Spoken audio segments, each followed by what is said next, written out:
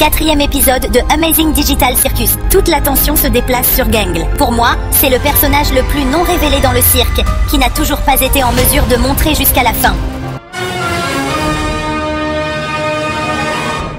Tout d'abord, dans le 4e épisode, a montré la dynamique la plus inattendue des personnages comme Gangle et Zooble.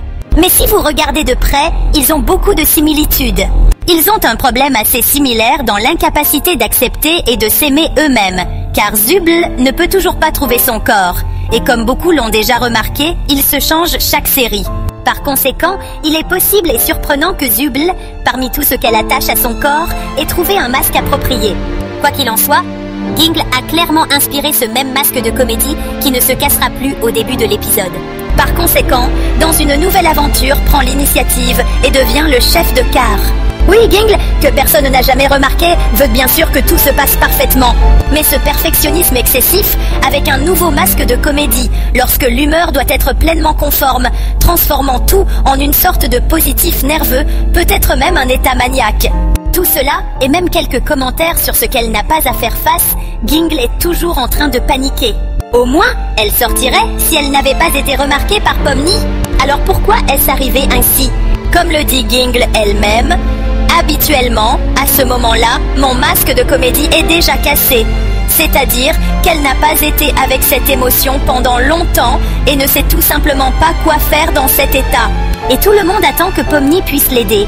Mais à ma grande surprise, Gangle est la première personne qui ne veut pas discuter de ses sentiments. Elle essaie d'échapper à la flambée en enfilant à nouveau un masque hilarant. Et oh mon Dieu, Gangle est une métaphore vivante des gens qui portent aussi des masques particuliers. Qui sait combien de choses se cachent à l'intérieur d'elle? Cependant, tout de même quelque chose que nous avons eu le temps de parler d'elle.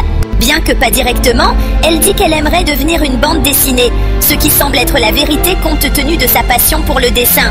Mais apparemment, Gangle a dû se plier à la société et elle s'est convaincue que les rêves ne sont pas commercialisables. Et sous cette oppression, laissée seule dans sa salle à manger, elle abandonne complètement sa tristesse. À ce moment-là, elle était sur le point de se disperser. Si ce n'était pas pour Pomni, qui dans un sens, l'exonère de sa responsabilité en disant qu'elle fermerait le restaurant elle-même. En fin de compte, restant sur l'unité, Gangle jette le masque de la comédie et son âme est remplie de vrai bonheur. Beaucoup n'ont pas compris pourquoi dans cette scène, le triste masque de Gangle est soudainement devenu amusant. Mais je crois que les émotions n'ont pas de nuances particulières, car l'une sans l'autre est impossible. J'ai vu ici aussi des larmes, mais maintenant des larmes de bonheur et de blancheur. Il se peut que les masques ne dépendent pas du tout du changement d'humeur. Après tout, en portant un simple masque en plastique, vous ne pouvez pas simplement étouffer vos sentiments, ce que l'épisode essaie de dire.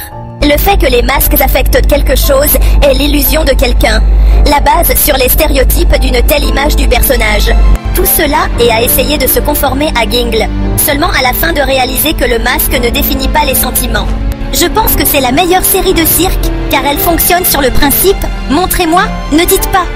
Cela a aidé à s'éloigner du modèle des dialogues et à montrer toutes les émotions, donc pas dès le premier visionnement.